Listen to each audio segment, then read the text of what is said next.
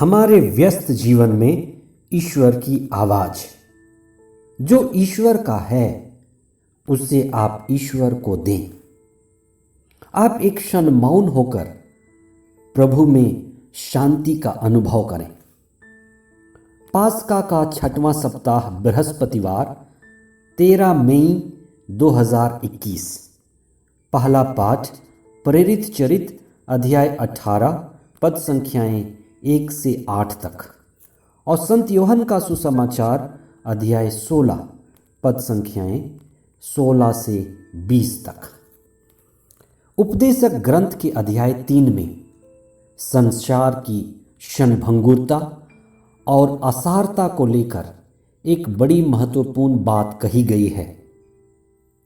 पृथ्वी पर हर बात का अपना वक्त और हर काम का अपना समय होता है।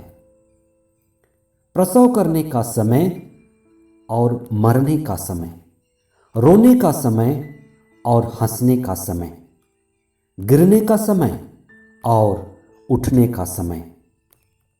हमारा जीवन दुख और पीड़ा के मार्ग से होकर गुजरती है। ऐसा व्यक्ति खोजना मुश्किल है जिसके जीवन में दुख नहीं है, सिर्फ सुख ही सुख है। कुछ लोग अपने जीवन के दुख और पीड़ा से गुजरते हुए रो रो कर टूट जाते हैं। चिंता, उदासी और निराशा उन्हें बिखेर देती है।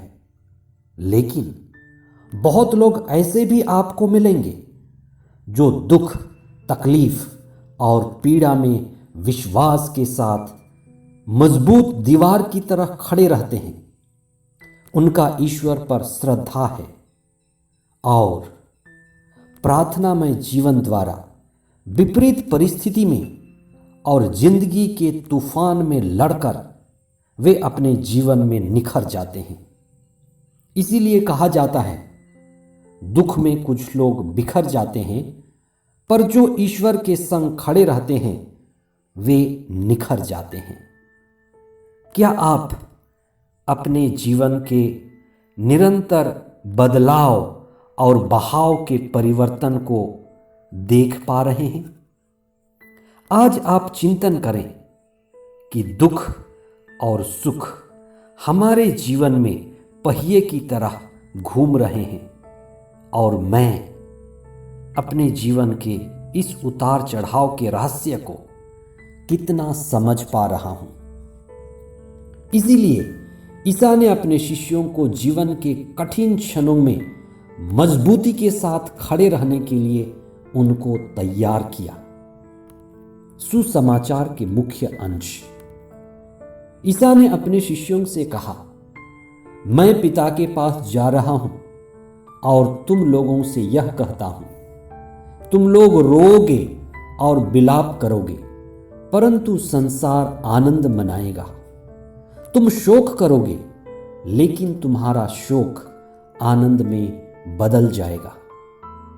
सत्य को जानना और सत्य से जुड़ना मनुष्य की सबसे बड़ी ताकत है। ईश्वर से जुड़कर हम अनुभव करते हैं कि जीवन में पीड़ा और दर्द तो है, लेकिन दुख व पीड़ा अंत नहीं है। इस जीवन के आगे भी जीवन है, इस दुनिया के आगे भी दुनिया है जो अनंत है। पुनरुत्थान और जीवन ईसा में छिपा है।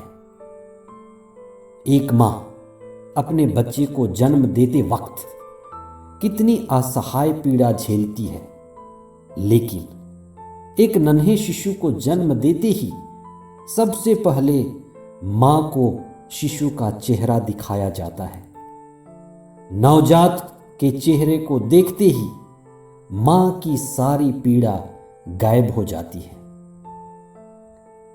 शरीर में मृत्यु आती है, लेकिन आत्मा अमृत और अमरता का फूल बनकर खिल उठती है।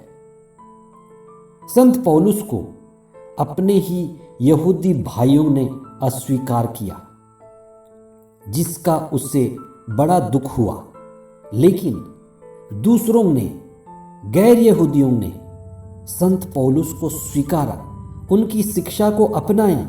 ईश्वर और सत्य के प्रति लोग बड़े उत्साहित और समर्पित हुए।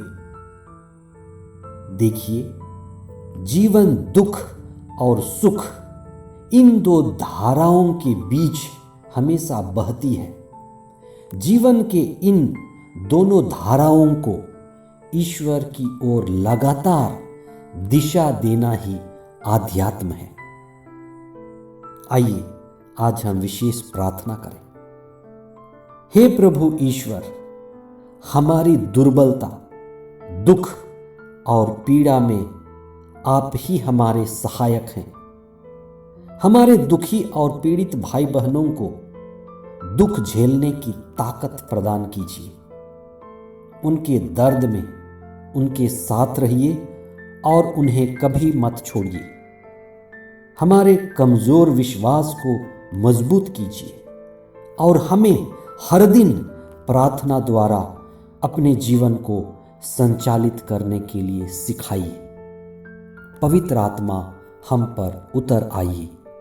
यह प्रार्थना करते हैं हमारे प्रभु ख्रिस्त के द्वारा। आमीन।